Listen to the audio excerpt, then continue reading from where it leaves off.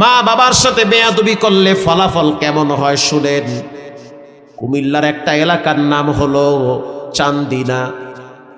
ওই চান্দিনার একজন লোক আছে, তিনি হলো ডাক্তার, থাকে ঢাকায় মুগদায়। তিনি আমাকে বলল, হুজুর মায়ের সাথে বেয়াদবি করলে যে কি হয় এটা আমি চোখ দিয়ে দেখছি। প্রতি জুমায় তিনি আমার মসজিদে নামাজ পড়ে। ডাক্তার মানুষ, MBBS ডাক্তার, অনেক বড় সম্মানী ব্যক্তি। তিনি বলল, হুজুর আমার বাড়ির পাশে এক মহিলা তার বাচ্চাকে নিয়ে অনেক কষ্ট করে বড় হয়েছে। বড় হওয়ার পরে স্বামী মারা গেছে।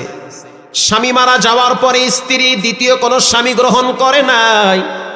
বাচ্চার চেহারার দিকে তাকাইয়া সৌন্দর্য, রূপ, লাবণ্য, যৌবনকে বিসর্জন দিয়েছে। বাচ্চা বড় হয়ে গেছে, শক্তি হয়েছে। সন্তান এবার মাকে বলল, ও মা, আমার মনে চায় আমি ইতালিতে গিয়া কাজ কাম কইরা বাড়ি ঘরটার একটু সৌন্দর্য করব, কিন্তু টাকা নাই, কেমনে আমি ইতালি যাব? নানার যেই সম্পদ মা তুমি পাবে সেই সম্পদ বিক্রি করে আবার ইতালি পাঠায়া দাও। এবার মা সিদ্ধান্ত নিল যে বাবার প্রত্যেক সম্পদ বিক্রি করে সন্তানকে ইতালিতে পাঠাবো। সম্পদ বিক্রি করার পরে টাকার ক্যাপচার হয় না, আরো লাগবে। এবার মা নিজের ব্যবহৃত হাতের রুলি, গলার হার বিক্রি করে টাকা যোগ করে সন্তানকে ইতালি পাঠায়া দিছে। ইতালিতে সন্তান যাওয়ার পরে 2-1 মাস মায়ের সাথে ভালো এক সম্পর্ক। ও মা, আগামী বছর থেকে ঘরের কাছে হাত দিব, বিল্ডিং বানাইব। কত স্বপ্ন, মায়ের কলিজার ভিতরে আনন্দ। যদিও আমি দ্বিতীয় স্বামী হিসেবে কাউকে গ্রহণ করি নাই, সন্তানের ভবিষ্যতের দিকে তাকায়া আজকে সেই সন্তান প্রতিষ্ঠিত হয়েছে, মানুষ হয়ে গেছে। এবার সেই ডাক্তার বলে, হুজুর 3-4 মাস যাওয়ার পরে সন্তান কেমন জানি পরিবর্তন হয়ে গেছে। পরে বুঝতে পারলাম সন্তান একটা মেয়ের পাল্লায় পড়ছে। এই মেয়েটার সাথে ফোনে নিয়মিত কথা হয়, আলাপ হয়। আল্লাহর কসম, আল্লাহর জাত ও সিফতের কসম, মিথ্যা বললে যেন আমার জিহ্বাটা বেঁকা হয়ে যায়। গতকালকে বয়ান করছি কুমিল্লায়, লাঙ্গনকোট কুমিল্লায়। গাড়িতে বসলাম, এক ভদ্রলোক আইসা চোখের পানি ছেড়ে কেঁদে দিয়েছে, হুজুর আমার সন্তান এখন কন্টিনিউ SSC পরীক্ষা দেয়, কিন্তু আমার সন্তান একটা মেয়ের পাল্লায় পড়ে পরিবর্তন হয়ে গেছে। সন্তানটা ঘরেও থাকে না, রাত জেগে জেগে মেয়েটার সাথে সময় দেয়। একটু দোয়া করেন, কিছু বললে সন্তান আমাকে মারতে চায়। এরকম সন্তান আজকে ঘরে ঘরে অভাব নাই, আছে না নাই? কিচ্ছু হবে না, ভবিষ্যৎ জিন্দেগি অন্ধকার হয়ে যাবে। মা টের পাইছে সন্তান পরিবর্তন হয়ে গেছে। কিছুদিন পরে সন্তান গোপনে ওই মেয়েটাকে বিবাহ করেছে। মেয়েটা বলেছে, বিবাহ বসতে পারি, শর্ত একটা, যে তুমি আমাদের বাড়িতে আসবে, টাকা পয়সা যা কামাই করবে আমার হাতে দিবে, তোমার মায়ের সাথে সম্পর্ক রাখতে পারবে না। ছেলেটা মেয়ের প্রেমে অন্ধ হয়ে গেছে, মানসিক প্রতিবন্ধী হয়ে গেছে। ভালোবাসার জোয়ার চলে আসছি, একা একা বাংলাদেশে চলে আসছে, গোপনে বিবাহ করেছে। বিবাহ করার পরে শ্বশুর বাড়িতে কিছুদিন থাকলো। এরপরে শ্বশুর শাশুড়ি স্ত্রী সহ এয়ারপোর্টে সন্তানটাকে আগায় দিছে, যাও ইতালিতে নিরাপদে যাও। কারণ শ্বশুর শাশুড়িও টের পাইছে টাকার গাছ, মসমসা টাকা কামাই করে, এরই তো দরকার। কথা ঠিক না ব্যাঠিক? এরই তো দরকার। এবার সন্তান বিদেশে যাওয়ার পরে নিয়মিত শ্বশুর শাশুড়ির সাথে যোগাযোগ, মায়ের সাথে সম্পর্ক নাই। দীর্ঘদিন হয়ে গেল। মা তো রাত্রিবেলা চোখের অশ্রু যায় নামাজে ধরায়, আর বলে, আল্লাহ কেমন সন্তান দিলা, কত স্বপ্ন, কত চিন্তা ভাবনা, সব তো মাটি হয়ে গেল, খাও নেই তো পেটে জুড়ে না। হঠাৎ একদিন মা শুনতে পাইল যে আমার সন্তান গ্রামে আসতেছে। কোন গ্রামে? বলে পাশের গ্রামে সন্তানের বন্ধুর বোনের বিবাহের অনুষ্ঠানে আসবে। মা চিন্তা করলো হয়তো আমার সাথে একটু দেখা করে যাবে। সন্তান বিবাহের অনুষ্ঠান কমপ্লিট করে যখন গাড়ি নিয়ে ঢাকায় রওনা হয়েছে, মা আর নিজেকে সামাল দিতে পারে নাই। মা বুঝতে পারছে যে সন্তানের ভিতরে মনুষ্যত্ব নাই, পশুর চেয়েও খারাপ হয়ে গেছে। সন্তানের মহব্বতে মা এবার রাস্তায় দাঁড়ায় রইছে। এবার সন্তান যখন গাড়ি টান মারছে, মা সামনে দাঁড়ায় বলে, টান দিস না, একটা বারের জন্য তোর বাবার ভাঙ্গা খাটটা একটু বসে যা। সন্তান বলতে আছে, রাস্তা ছেড়ে দাও, ব্যস্ত আছি আমি, পরে দেখা করব, তোমাকে পরিচয় দিলে আমার মান সম্মান থাকবে না। তুমি তো ফকিরনি, তুমি তো গরিব, তোমার ওই ভাঙ্গা টিমের ঘর দেখলে আমার স্ত্রী মন খারাপ করবে, শ্বশুর শাশুড়ি মনে করবে যে আমি ফকিরনির পোলা। মা বলতে আছে, সন্তান জীবনে কোনোদিন তোর শ্বশুর শাশুড়ির সাথে আমার দেখা করাইস না, একটা বারের জন্য আমার ঘরে আইসা আমার হাতে এক গ্লাস পানি খেয়ে যা। আমি তো তোমাকে লম্বা টাইম পেটে রাখছি,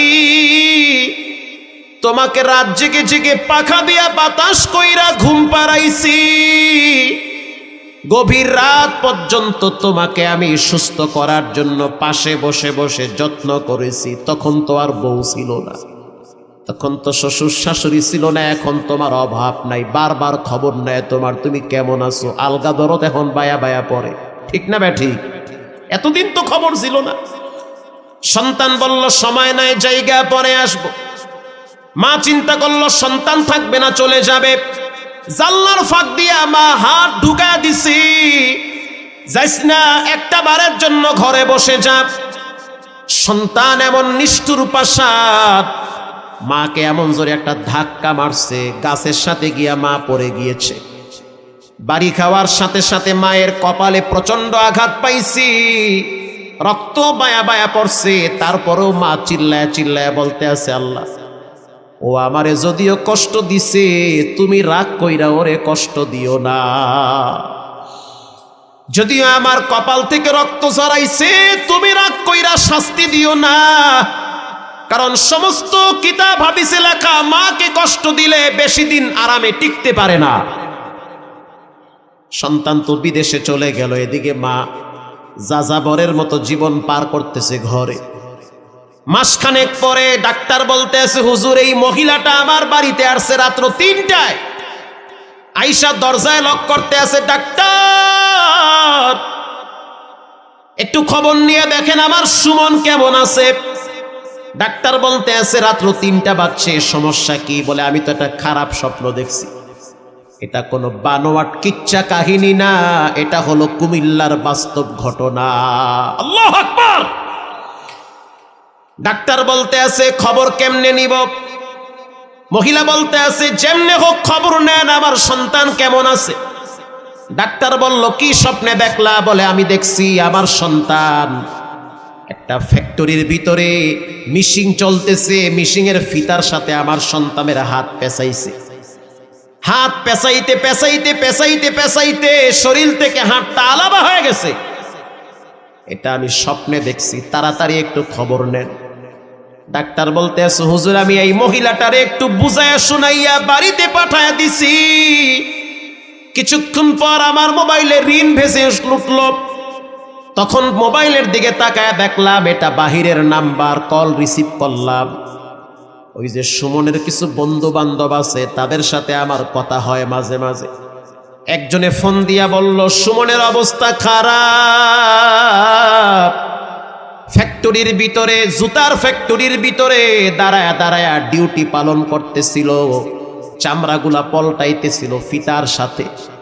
একটা সময় দেখা গেল হাতটা হঠাৎ ফিতার সাথে ঢুকে গেছে, ফিতাও ঘুরতেছে, দেহটাও ঘুরতেছে, হাত ঘুরতেছে, ফিতাও ঘুরতেছে, বডিটাও ঘুরতেছে। একটা সময় আঘাত করে করে দেহ থেকে হাতটা ডিসকানেক্ট হয়ে গেছে, আলাদা হয়ে গেছে। রক্তাক্ত বটি নিয়ে রাস্তায় পড়ে আছে। হসপিটালে নেওয়া হয়েছে, অবস্থা খুব খারাপ, অনেক রক্ত লাগবে। স্ত্রীকে টেলিফোন করা হয়েছে, স্ত্রী এখন ফোন রিসিভ করে না।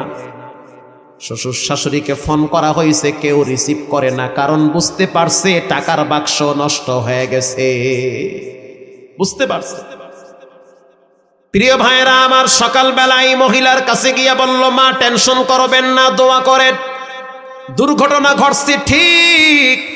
মহিলা বলতে আছে, ডাক্তার আমি তো আমার সন্তানের অভিশাপ দেই নাই, আমি তো বরদোয়াও দেই নাই, তো কেন এমন দুর্ঘটনা ঘটলো? আমি বারবার বলছি, আল্লাহ যত কষ্ট আমি মা সহ্য করব, কিন্তু আমার বাচ্চাটার জন্য কোনো কষ্ট না হয়।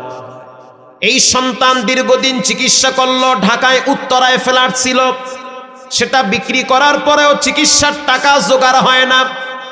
গোপনে যত ব্যাংক ব্যালেন্স ছিল সব শেষ করলো, তারপরও চিকিৎসার টাকা হয় না। স্ত্রীকে ফোন করে বলল, কিছু টাকা দাও, তোমাকে তো আমি লক্ষ লক্ষ টাকার গোল্ড দিয়েছি, স্বর্ণ দিয়েছি। স্ত্রী বলল, দিয়েছো ঠিক, তবে এখন দিতে পারবো না, তোমাকে আমরা চিনতেও চাই না। সম্পর্ক নষ্ট হয়ে গেল। গ্রামে চলে আসছে, মা এয়ারপোর্টে গিয়া বসে আছে আর বলতে আছে, সন্তান সবাই তাড়ায়া দিতে পারে, আমি মা তোমারে তাড়ায়া দিতে পারি না। এখন এই মায়ের ঘরেই থাকে। কয়েক বছর আগে সন্তান দুনিয়ার থেকে বিদায়। শবে বরাতের রাত, ও মা বাবার অবাধ্য সন্তান, যারা বেয়াদবি করেছ, যাদের উপরে মা বাবা কষ্ট নিয়ে আসে, গোপনে মাপ চাও, তা না হলে সুন্দর জীবন টিকবে না, এলোমেলো হয়ে যাবে, ভবিষ্যৎ অন্ধকার হয়ে যাবে। যাদের টাকনুর নিচে প্যান্ট আছে তাদের দোয়া কবুল হবে না। শবে বরাতের রাত্রে তাদের ক্ষমা নাই। যাদের টাকনুর নিচে ইজারি ফিন্নার, আল্লাহর রসুল বলেন, যারা টাকনুর নিচে লঙ্গি পরে, প্যান্ট পরে, এটা ডাইরেক্ট জাহান্নামে পাঠায় দিবেন কে? হঠাৎ ঝুলে গিয়েছে এক হিসাব, বা হঠাৎ প্যান্ট একটু নিচে নেমে গিয়েছে, টাকনুর নিচে ঝুলতেছে আর এক হিসাব। কন্টিনিউ সৌন্দর্য বাড়াবার জন্য টাকনুর নিচে প্যান্ট ঝুলে আছেন, পায়ে হাত দিয়ে বলি এটা জায়েজ নাই, হারাম। পায়ের নিচের অংশটুকুন ডাইরেক্ট জাহান্নামে যাবে। হাদিসে আসছে, ইজারি ফিন্নার, ডাইরেক্ট জাহান্নামে যাবে ওটা। নাউজুবিল্লাহ বলেন। বেঁচে থাকেন এগুলোর থেকে। শবে বরাতের রাত্রে হত্যাকারীর কোনো ক্ষমা নাই। প্রিয় ভাইয়েরা আমার, এর জন্য পাক্কা নিয়ত করে নেন। এখানে অনেক মা বাবার অবাধ্য সন্তান আছেন, যারা কোনোদিন মা বাবার সাথে আর বেয়াদবি করবেন না, আল্লাহর সাথে কখনোই শিরিক করবেন না, জীবনে নামাজ ছাড়বেন না, হারাম খাবেন না, আব্বা আম্মার সাথে দুরাচরণ করবেন না। দিলটা যদি নরম থাকে, তওবার নিয়াইতে দুইটা হাত আল্লাহকে দেখায় দেই, নারায়ে তাকবীর। আয় আল্লাহ, আপনি হাতগুলা কবুল করে নেন, জানে মালে বরকত বাড়ায় দেন। জীবনে একবার মদিনায় রওজার পাশে সালাম দেওয়ার তৌফিক দেন, বলেন আমিন।